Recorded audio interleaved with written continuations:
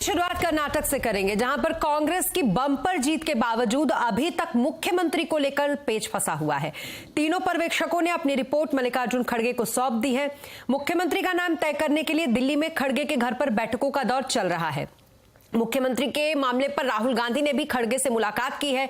इधर मुख्यमंत्री पद के दोनों दावेदार सिद्धारमैया और डीके शिवकुमार दिल्ली में मौजूद हैं। मुख्यमंत्री पद को लेकर मची इस हलचल पर ज्यादा अपडेट के लिए हमारे साथ जुड़ रही हमारी संवाददाता पल्लवी घोष जी। पल्लवी जी, कांग्रेस के अंदर आखिरकार चल क्या रहा है? क्या आज कर्नाटक के सीएम का नाम का ऐलान फाइनली हो जाएगा क्या?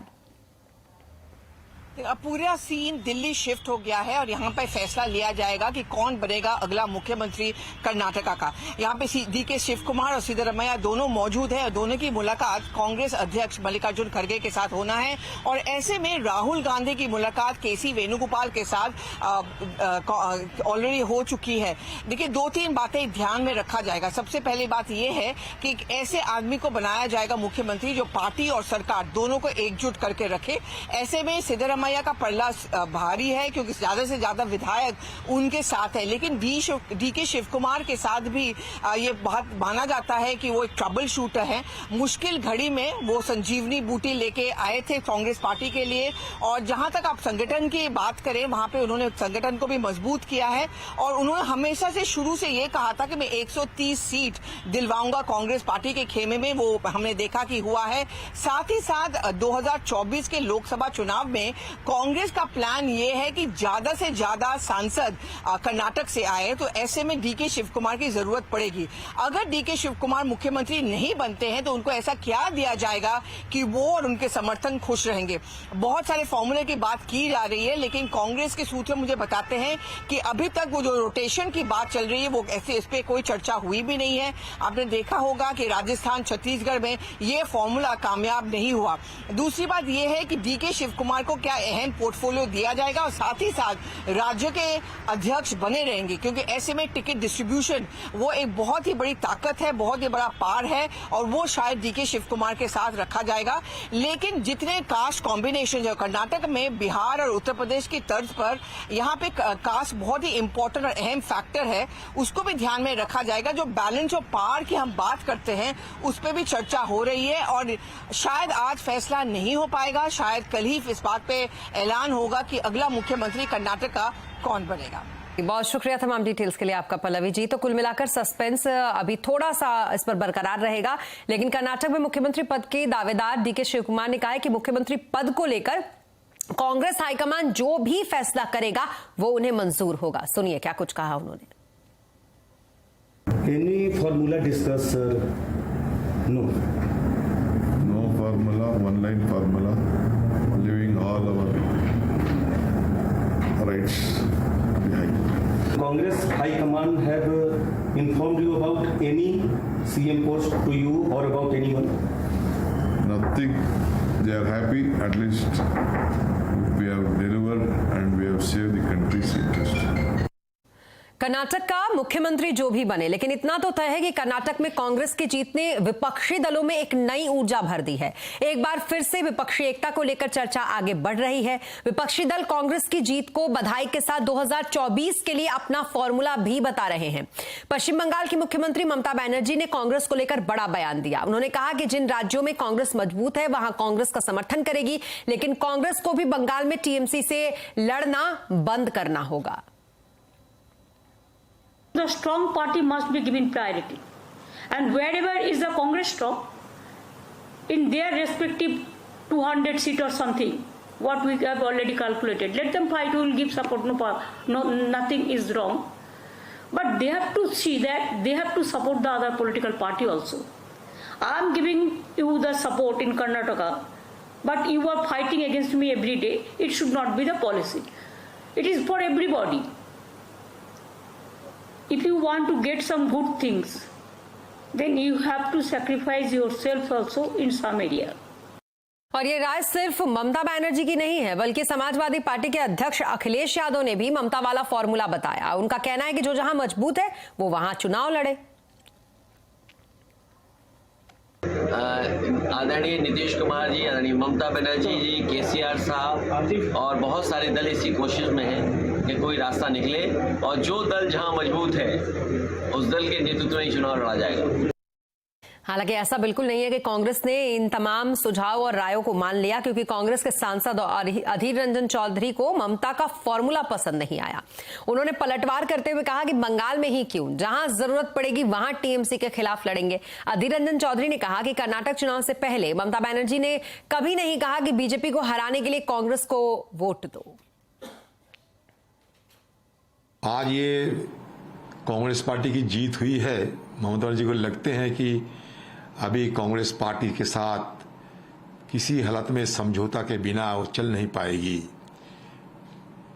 कर्नाटक के चुनाव के पहले कभी आप लोग ये सुना है कि ममता बनर्जी कह रही है कि कांग्रेस पार्टी को वोट दो, क्योंकि कर्नाटक में बीजेपी को हराने के लिए कांग्रेस को वोट देना जरूरी है? कभी कही होगी, सुने आपने? इस बीच विपक्षी एकता की चर्चा पर बीजेपी ने विपक्षी दलों पर कटाक्ष किया। बीजेपी का कहना है कि विपक्षी गठबंधन नहीं बन पाएगा। 2024 में नरेंद्र मोदी ही प्रधानमंत्री बनेंगे।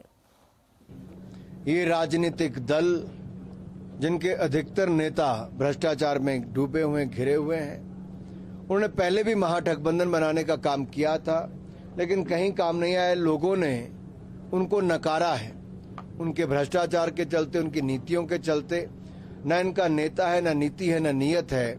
तो जब एक प्लेटफॉर्म पर भी सब आकर इकट्ठे होते हैं, तब भी म्यूजिकल चेयर की तरह सब प्रधानमंत्री की कुर्सी की ओर नजर रखते हैं, लेकिन मिलती किसी को नहीं है। और विपक्षी एकता का क्या होगा फॉर्मूला? आज आवाज अड्डा में इसी पर करेंगे बड़ी चर्चा, शाम 7:57 पर।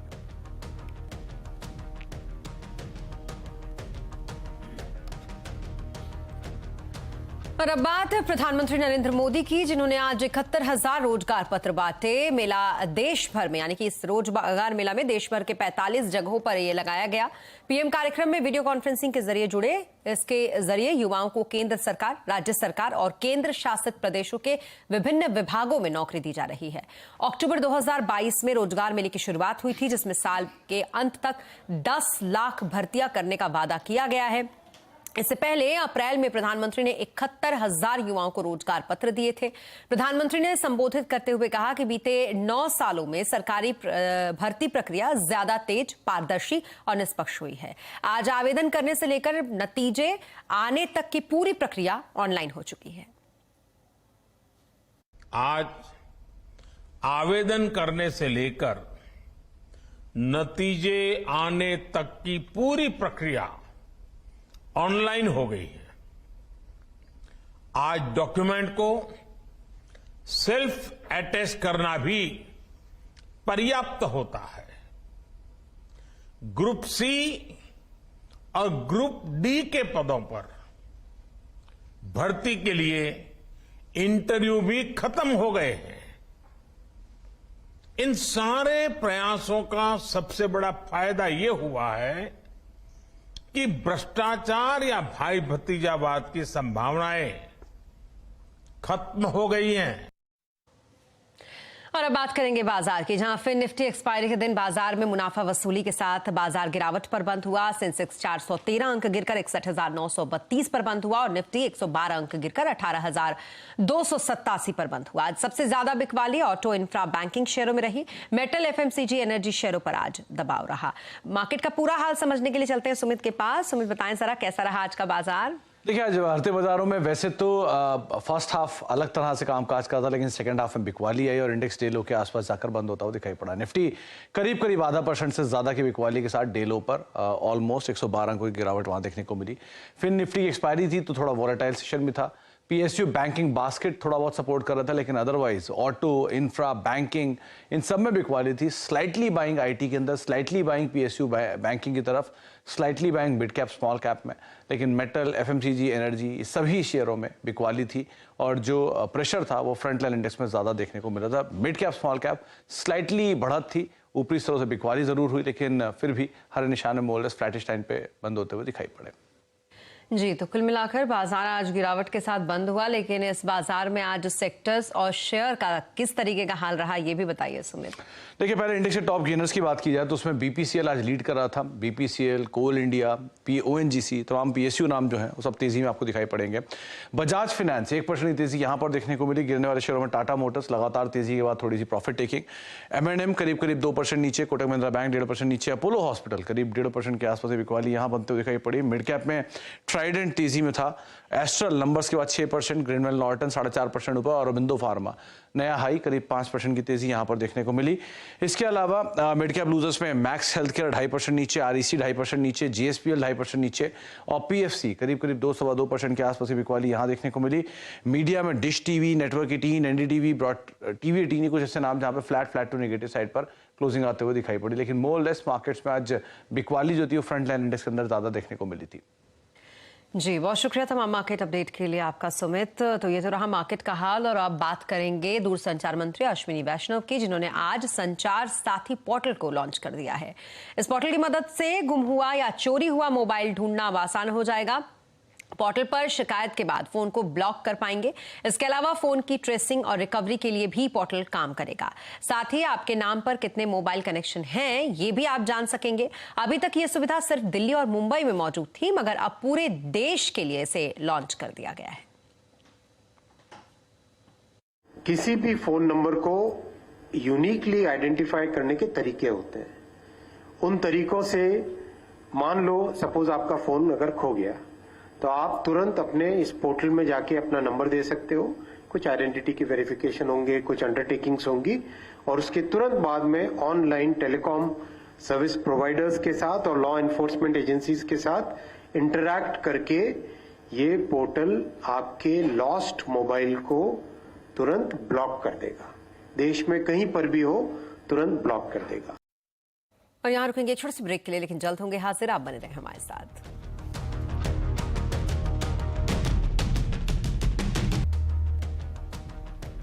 और ब्रेक के बाद एक बार फिर आपका स्वागत है। जब भी साइबर फ्रॉड का नाम सामने आता है, झारखंड के जामताड़ा की तस्वीर सबके सामने उभर जाती है। लेकिन आज हम आपको झारखंड नहीं बल्कि हरियाणा में तेजी से उभरता एक इलाका दिखाने जा रहे हैं जो अगला जामताड़ा बनने की राह पर है। साइबर क्राइम का अड्डा बनते जा रहे इस इलाके में पहुंचे हमारे सहयोगी लक्ष्मण रॉय। उन्होंने जो कुछ भी देखा और सुना वो वाकई चौंका देने वाला था। देखिए आप भी। दिल्ली से करीब 100 किलोमीटर दूर देश के सबसे पिछड़े जिलों में से एक नूह, अरावली की पहाड़ियों और राजस्थान की सीमा से सटा ये इलाका ऐतिहासिक रूप से मेवात के नाम से जाना जाता है। जिले के कई गांव में अपराधियों का खौफ इतना था कि पहले पुलिस भी यहां जाने से डरती थी। लेकिन समय के साथ साथ हालात थोड़े सुधरे। इन सुधरते हालात के बीच अपराध का तरीका भी बदलने लगा। इसकी मिसाल है जिला मुख्यालय से करीब 50 किलोमीटर दूर राजस्थान बॉर्डर पर बसा ये गांव जयवंत। गांव में जब हम पहुंचे तो वहां की आबोहवा देखकर कोई इस बात का अंदाजा नहीं लगा सकता कि देश के सबसे बड़े साइबर क्राइम का अड्डा बनता जा रहा है। हर एक घर को छोड़कर एक घर में ऐसे लोग हैं और सभी को पता था। लेकिन हर एक घर छोड़ के दूसरे घर में है तो इसकी जानकारी पुलिस को कोई देता नहीं था। हाँ, पुलिस को देते नहीं थे लोग। कुछ पुलिस को पता थी लेकिन उन लोगों पर कार्रवाई होती थी, लेकिन उस तरीके से होती थी कि 10-15 पुलिस वाले आते थे। वो गांव में इतना बड़ा गांव है तो वो क्रिमिनल सारे लोग इकट्ठा होकर पुलिस को ही परेशान करते थे। तो यहाँ पे जो लोग इसमें लिप्त थे उनका रहन सहन कैसा था? जमीन ले रहे हैं, प्लॉटिंग ले रहे हैं, प्लॉट वगैरह ले रहे हैं, तो ऐसा कुछ करते हैं।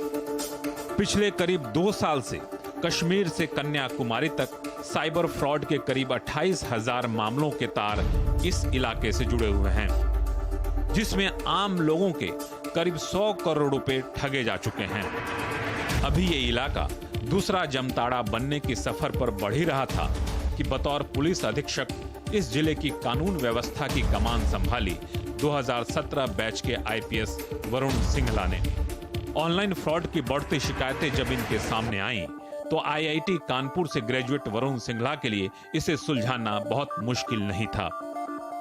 NCRP national cyber crime reporting portal था, तो उससे जो डेटाबेस हमें मिल रहा था तो उससे हमें एक आइडिया लग रहा था कि हमारे एरिया से भी कॉल्स जा रहे हैं। We had tried to raid those houses जहाँ पर हमें क्रिमिनल्स थे, ये लोग क्रिमिनल्स रिजाइड कर रहे थे, इनके हाइड आउट्स थे, और इनसे हमने भारी मात्रा में फेक डॉक्यूमेंट्स रिकवर किए हैं और उन पे वो केस दर्ज करके अब उनके केसेस को बैक ट्रेस कर रहे हैं कि उन्होंने किस किस क्या ठगी की। तो किस तरह के डॉक्यूमेंट हैं जो उनके हाथ से मिले? देखिए, हमें एटीएम कार्ड्स मिले जो कि अलग अलग नामों पे थे, हमें आधार कार्ड्स मिले, हमें सिम कार्ड्स मिले, हमें मोबाइल फ़ोन्स मिले जिसमें मल्टीपल सिम्स चल चुके थे। कंप्लेंट्स के अंदर उनकी भागीदारी निकल के आई, जिसकी टोटल हमारी वैल्यू 100 करोड़ के आसपास आई। 28,000 कंप्लेंट्स दुनिया भर की जो है सॉल्व, उसके लिए उसके लिंक हमें मिल गए हैं और वो संबंधित जो पुलिस अधिकारी हैं उस पर कार्रवाई कर सकते हैं। एक ही दिन में 14 गांव के 320 ठिकानों पर छापेमारी में अब तक 65 लोग गिरफ्तार किए जा चुके हैं। इनसे पूछताछ में करीब 250 लोगों के नाम और सामने आए हैं, जिनकी तलाश जारी है। जब पुलिस ने इस गांव से साइबर फ्रॉड करने वाले लोगों को पकड़ा तो आप जानकर हैरान हो जाएंगे, ये लोग बहुत ज़्यादा पढ़े लिखे नहीं थे। 90% से ज़्यादा लोग ऐसे थे जो मुश्किल से 10वीं पास थे या फिर 10वीं पास भी नहीं थे। लेकिन ये 10वीं पास नहीं होने के बावजूद आपको जानकर आश्चर्य होगा कि ये अच्छे खासे पढ़े लिखे लोगों को रातों रात एक झटके में चूना लगाते थे और उनके खातों से लाखों रुपए निकाल लिया करते थे। कम पढ़े लिखे होने के बावजूद ठगी का इनका तरीका काफी शातिराना था। ऑनलाइन फ्रॉड करने के लिए ये कोई एक तरीका नहीं अपनाते थे। जो सोशल मीडिया साइट्स हैं, खासतौर पे फेसबुक, OLX, इस पर एडवर्टाइजमेंट्स, मिसलीडिंग एडवर्टाइजमेंट्स देकर आप एक मोबाइल नंबर देते हैं, उस पर अट्रैक्टिव डील देते हैं और ख़ुद को आर्मी वाला बताकर या किसी और तरीके से लोगों को झांसे में देकर अलग अलग एरिया में उस ऐड को फ्लैश करके, और विक्टिम्स खुद इनको उन नंबरों पे कॉल करते हैं और इसमें ट्रांसपोर्टेशन नाम चार्जेस के नाम पे, कुरियर चार्जेस के नाम पे ठगे जाते हैं। इसके अलावा एक सेक्सटोर्शन जो है एक अनदर जो मोडस ऑपरेंडी सामने आया, जिसमें वो लोगों को बहला फुसला कर वीडियो चैट करके उनकी मॉफ्ड इमेजेस भी या उनको प्रॉम्प्ट करके और उनकी कॉम्प्रोमाइजिंग पोजीशन में उनकी वीडियोस बनाकर और उनको ब्लैकमेल करना। इसके साथ इम्पर्सनेशन एक अलग तरीके का फ्रॉड निकल के आया, इसमें UPI ऐप्स के ऊपर कोई भी रैंडम सीरीज़ के नंबर को सर्च करके नाम पता करके और कॉलर को फ़ोन करना और उसका कोई दूर का दोस्त रिलेटिव बनकर उसके खाते में पैसे ट्रांसफ़र करने की रिक्वेस्ट करना।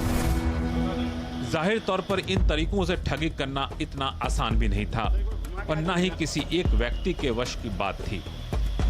एक गिरोह था सिर्फ बैंक खाता खुलवाने के लिए। इसके लिए सोशल मीडिया पर लुभावनी सैलरी के साथ फुल टाइम या पार्ट टाइम जॉब का झांसा देता था। जो लोग इस झांसे में आते थे उनसे सैलरी अकाउंट के नाम पर ये ऑनलाइन बैंक अकाउंट खुलवाते थे। उनका ATM कार्ड और पिन ठग अपने पते पर मंगा लेते थे। फिर ये गिरोह बड़ी संख्या में ऐसे बैंक अकाउंट और ATM को दूसरे गिरोह को बेच देते थे। अब शुरू होता था दूसरे गिरोह का खेल। वो जगह जगह फोन लगाकर ऊपर बताए गए तरीके से पैसे ऐंठता और फिर उन बैंक खाते में पैसे ट्रांसफर करवाता जो धोखे से खुलवाए गए थे। चूंकि उनका ATM कार्ड इनके पास पहले से होता था, वो इससे ATM से पैसे निकाल लेते थे।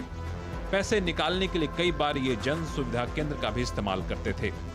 ये ठग सिर्फ आपको नहीं ठगते हैं, बल्कि बैंक वालों को भी आसानी से चूना लगा देते हैं। बैंक से भी ठगी जो है एक भारी मात्रा में ये लोग कर रहे थे, जिसमें कई सारे अकाउंट्स खुलवा के उनके ATMs इशू करवा के अलग अलग जगहों पे जाके ATM से पैसे विड्रॉ करना, विड्रॉल के दौरान मशीन को बंद कर देना, कैश निकाल लेना और फिर यह क्लेम करना कि हमारा कैश निकला नहीं है। CCTV कैमरा लगा होता है। इस चीज़ का इनको आभास होता है कि CCTV कैमरा लगा हुआ है, उसको देखते हुए ये बैंक के उस मशीन के साथ सट के और ताकि दिखे ना कि कैश निकलते वक्त वो किसी को पता ना लगे।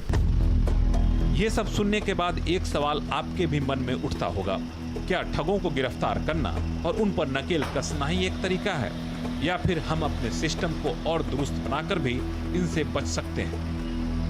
इनकी एक मेजर जो सोर्स ऑफ सप्लाई है जिससे ये फ्रॉड करते हैं वो बैंक अकाउंट्स हैं। Online bank accounts. अगर बैंक अकाउंट्स ना खुलें तो उसके लिए जो वहाँ पर जब बैंक अकाउंट ऑनलाइन खुल रहे हैं तो उसका कारण प्रॉपर हो, उसका KYC और स्ट्रिंजेंट हो, ताकि किसी को धोखे से ना खुलवाया जा सके। यह प्रोसेस इनिशिएट अब इनको करनी चाहिए। इसी प्रकार से जो सिम है ये भी काफ़ी ज़्यादा संख्या में जो है फेक आधार कार्ड्स के ऊपर एक्टिवेट हो जाते हैं। इसमें आधार कार्ड के जो नंबर हैं उसके है वो चेकिंग नहीं करते हैं। लेकिन हम लोग तो सिम लेने जाते थे, हम लोग से कहा था फोटो खिंचवाइए, आपका फिंगरप्रिंट मिलाएंगे, उसके बाद सिम देंगे। तो कुछ इश्यूज टेलीकॉम सर्विस प्रोवाइडर्स के लेवल पे भी हैं। फिलहाल तो नूह पुलिस बाकी लोगों की तलाश में जुटी है, जिनके नाम पूछताछ में सामने आए हैं और इस पूरे मामले की तह तक जानने की कोशिश कर रही है। नूह जिले के साइबर क्राइम थाने में हलचल भी इन दिनों काफी बढ़ गई है। 40 साइबर क्राइम एक्सपर्ट पूरे मामले की जांच में लगाए गए हैं। लक्ष्मण रॉय, नूह, हरियाणा। और इसी के साथ इस बुलेटिन में फिलहाल इतना ही, लेकिन खबरों पर लगातार अपडेट के लिए आप बने रहे CNBC आवाज के साथ। नमस्कार।